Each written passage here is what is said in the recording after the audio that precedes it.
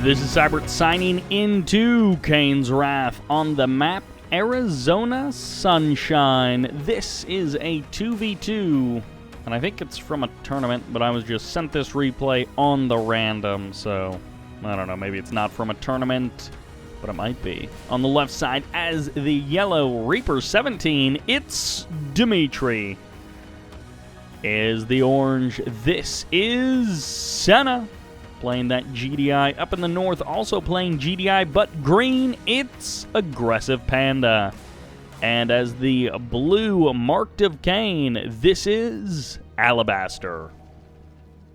GDI on each team, and then a sub-faction representing Scrin and Nod. Looks like Dimitri gets the better end of that exchange there with that Rifleman squad. Arizona Sunshine, one of the... It seems reasonably popular. It feels like this map comes up again and again, of course, you know, with no set, like, map pool, or rather the accepted map pool being like 40 different maps at this point. There are a couple that tend to come up again and again, and I feel like Arizona Sunshine, there have been a bunch of good games on this map, and it seems like people enjoy playing this map, at least to some degree. Couple of marked of Kane squads around the place, but other than that, things are looking fairly standard so far. If you're a fan of macro play, if you're a fan of quick expansions and lots of refineries and lots of harvesters, it looks like that is exactly what we are going to be getting. Do have to hand it to both teams. Looks like they're doing a decent job of scouting, although I think Alibaster and Panda may actually be doing a little bit better of a job scouting. You know, securing those early tib spikes, running around the map, just keeping an eye on your opponents. Always important to do, and something that I personally am not particularly good at.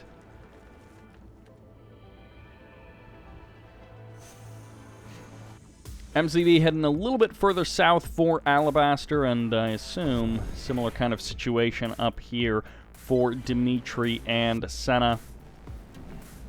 Senna much later moving the MCV. Shielded Harvester going to be transferring it to the north, and I assume Dimitri Beacon to say something like, you know, go ahead and start dropping your refineries or whatever, but...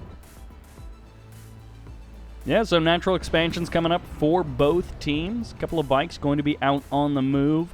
And Panda going to be stealing the blue tib in the middle of the map, and this is going to be covered by the attack by Alibaster. So a nice little steal there for Panda. Going to be getting that blue income up and running. Bike's going to be showing up to potentially poke at these harvesters. First watchtower is down. It does get EMP'd, but the bikes are not making use of this opportunity. These bikes are literally just here to guard this harvester. They do manage to catch themselves a pit bull, which is a nice little catch there for Alibaster, but not a whole lot else going on at the current moment. Predator tanks from Senna starting to make their way, as well as a couple of Seeker tanks from Dimitri. And yeah, natural expansions just getting up and running, about as standard as you could hope to be.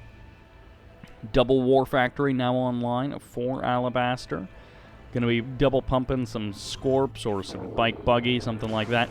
Making good use of these EMPs to be annoying. Nothing so far that would in any way really shape the game. But, you know, a couple of EMPs here and there, never a bad thing to just annoy your opponent in that way, even if it doesn't quite win the day.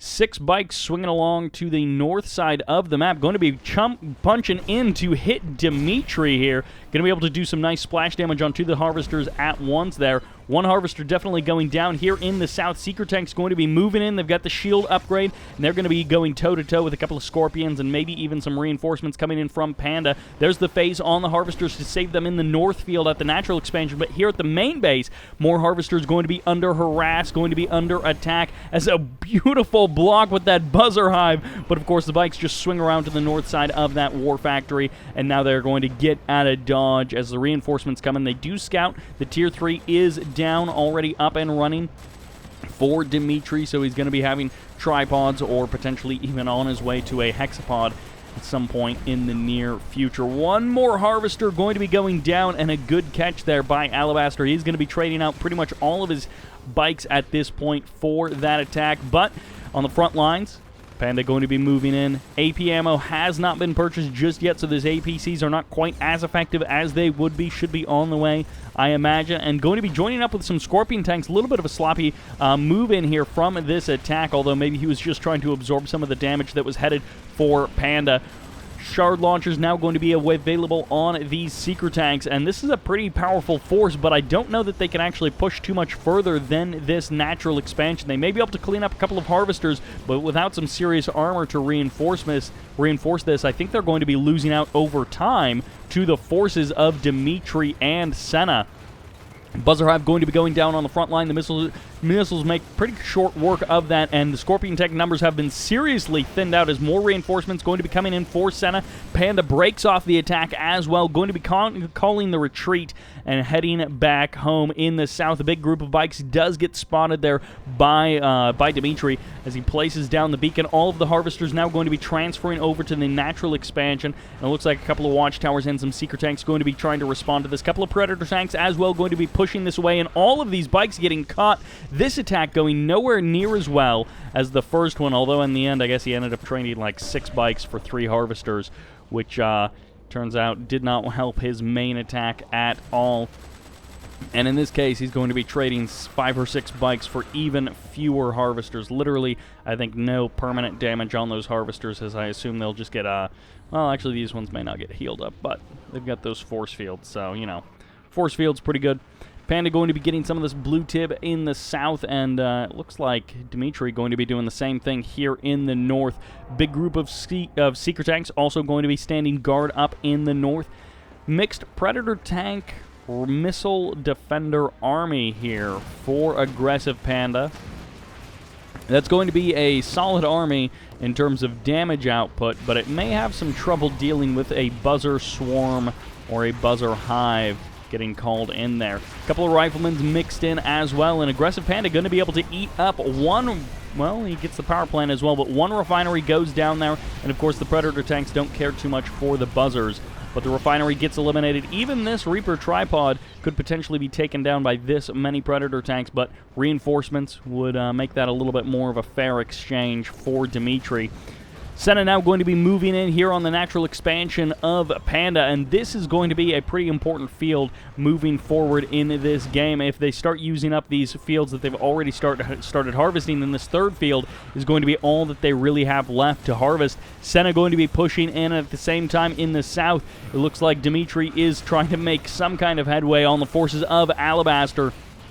Reinforcements getting called in, but the sniper teams getting shot up before they actually get out, and a couple of them they all actually do end up surviving there from Panda, and he is going to be able to clean up, I guess, some of these forces, but no, the sniper teams, most of them do end up getting eliminated. Reinforcements from Panda going to be coming in here. A lot of Predator tanks now on the front line, going to be able to push back Senna without too much trouble, and it looks like in the south, Dimitri has been pushed back, no, he's just been shifted over here to the right. He's going to be hunting more Harvesters, but with this many avatars, I think Alibaster is going to be able to hold off this attack without too much trouble. Bikes now going to be coming in, and with that Tib core missile upgrade, they're going to make shorter work of Senna's Harvesters, clean up at least one of them, and a couple of more Harvester kills would definitely be nice if Alibaster did manage them before I actually switch the camera over here.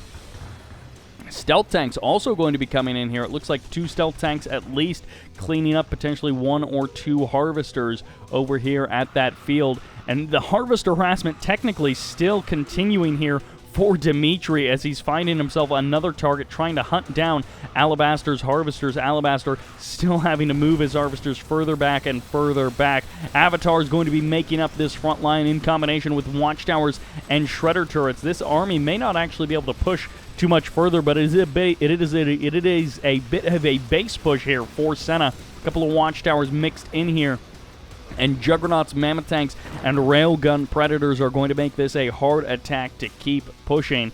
Descents now here in the north to guard against those stealth tanks, and I guess that will end up working out okay for Dimitri, but the stealth tank does manage to sneak by. Can he get any more Harvester kills? He may actually inadvertently run into the storm column and end up getting cleaned up by that. No, he does manage to skate right by the storm column, taking no damage from it. Specters and supercharged particle beams all online now for Alibaster. Blue shards also being purchased there by Dimitri, and the railgun forces of Panda are going to be enough to scare this army backwards for Dimitri. He's going to have to try and find a different angle into that base.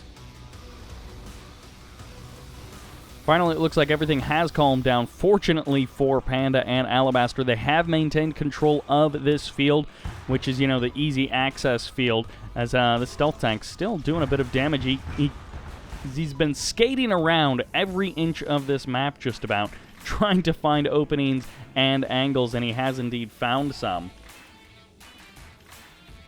He may actually be able to snipe some potential buildings, a couple of loose power plants, if the army is sufficiently out of position. You don't want to give away your position with something like that if there's forces that can respond. But, if there's an opening and the army is on the other side of the map, then it's not necessarily a bad idea to go for it. Senna now going to be moving in stealth field, nukes a good chunk of his rocket squads, which were going to help him deal with the avatars and the juggernauts, but now they have been cut down significantly, and those supercharged particle beams will make quick work of the remaining. Although Dimitri and Senna moving out with an MCV and a big army in the north, going to be putting a lot of pressure on aggressive Panda's original main base. Alibaster just seeing this army and feeling, for good reason, feeling maybe a little bit worried. Going for a bit of a scout with an Ox transport and a rifleman squad. It does get cleaned up eventually, but a cheap price to pay for a pretty complete scout of your opponent's base. Beacon getting called in here, and there's the split of the forces by Panda. Going to be sending everything away. I'm not actually sure what he's calling in there. Lightning Spike going to be going down, trying to help guard against these stealth tanks. And then Orca Strike coming in for Senna. Completely misses everything. Rift Generator now online for Dimitri. That's how he's going to try and break the next phase of this potential stalemate that is developing here. Big armies on both sides, but not necessarily an easy way to finish out the game for either team. Stealth tanks still kind of hunting around, trying to find something, anything to, make use of their existence. One harvester goes down. Both stealth tanks still just that original status, no veterancy at all. Senna with 3 kind of pockets of army, no, more like 2 pockets of army? 1 pocket of army in the south, and then he's got, I guess, a couple of trailing forces here in the middle. I was really thinking of his MCV up here in the north. A couple of hammerheads going for a bit of harassment. Just infantry hanging out in that Tiberium there. Rifleman from Panda winning a fight with descent squads, but on the wrong side of the map. Spectre's going to be firing off, but this is still a decent number of avatars here on the front line to hold off this attack. In the north, Dimitri is moving in. The Avatar is completely out of position to try and deal with this attack. Going to be some reinforcements needed in this northern section, and it looks like Dimitri is going to be potentially turning half of the army south and half of the army continuing on forward. Shockwave artillery trying to slow the army. It's a little bit further north, but they pretty much do with every single shot. Stasis going to be locking down 3 juggernauts and definitely helping, but there's going to be the return fire of the Shockwave artillery going to be locking down a couple of Predator tanks and a couple of Mammoth tanks as the infrastructure just gets absolutely shredded. There's a decent amount of money on these fields, so that actually could be a little bit problematic as we head later into this game. FaZe does save 1 tripod, and the rest of these tripods, 6 of them, going to be trapped behind enemy lines. Their only real chance of escape might be going north, as I think south would almost be certain death, and heading north may also be pretty close to certain death. Mammoth tanks are not going to be able to push too much further, I guess. I mean, they turned around for a moment there. I guess maybe they were just waiting for the juggernauts to finish everything else off, but Avatar's now going to be chasing down these tripods, heading into the corner of the map, trying to run and hide, but they will not be able to. They're going to just try and run by all of these Avatars, running may not actually be the correct term for what they're doing, but they are going to be able to trade out against a couple of these avatars. The focus firing is better from Dimitri, so he is going to trade somewhat favorably, but this is just way too many avatars to ever hope of overcoming them. And that's going to be 5 or 6 husks to potentially grab. Senna going to be moving in the south, but it's against a lot of base defenses from Alibaster, who's locked up pretty tight. Even that little force on the right side from Dimitri going to be getting shut down before it really does anything. And now, of course, Alibaster should go ahead and reclaim this green field in the north. Panda doing the same. I imagine wanting to send a couple of harvesters up there. Engineers on the way to reclaim juggernauts, to reclaim avatars, to reclaim tripod husks from both sides. And that's definitely a good way to power your late-game army. Lots of Tiberiums still on this map, both in the original main fields and a little bit left at the natural expansion / third fields on both sides. So still a decent amount of money to be had, and a stalemate. You know, we've been in it for a couple of minutes now, but the lightning spike drop to kill off some of these husks, and another husk will be getting eliminated by that lightning spike before it goes down, and it looks like one husk will remain, and the engineer will recover the other tripod. And well, that's a little bit unfortunate there for Alibaster and Panda. They don't quite manage to capitalize on as many husks as were there. Couple of sneaky engineers here from Dimitri. Sneaky by sneaky, I of course mean that they're in plain sight out on the front line. Ooh, I like this kind of a move. A Reckoner leaving without a second engineer. That's a little bit unfortunate there for Alibaster. A little bit quick on the trigger with that one. And he's going to be running one single engineer to the way south. I assume this is, yeah, it is a stealth Reckoner, so it was not just in a stealth field, but is going to be looking to do something. Sends in the Venom as the scout. I also like that kind of a move. Moving in with that Venom to try and distract, or he actually goes back for the second engineer. But to see the way and to see if there is a clear path forward. Going to be getting caught by a little bit of an anti-air gun. Reckoner going to be moving in the south. Of course, the stealth going to be helping dramatically for it to sneak in. 2 minutes left on that Rift Generator. Warp Chasm with a Eradicator Hexapod on the way. And for being 1.02 plus, this is a dramatically, or a surprisingly lacking of epic units in this game. Not a lot of Marvs, not a lot of Redeemers.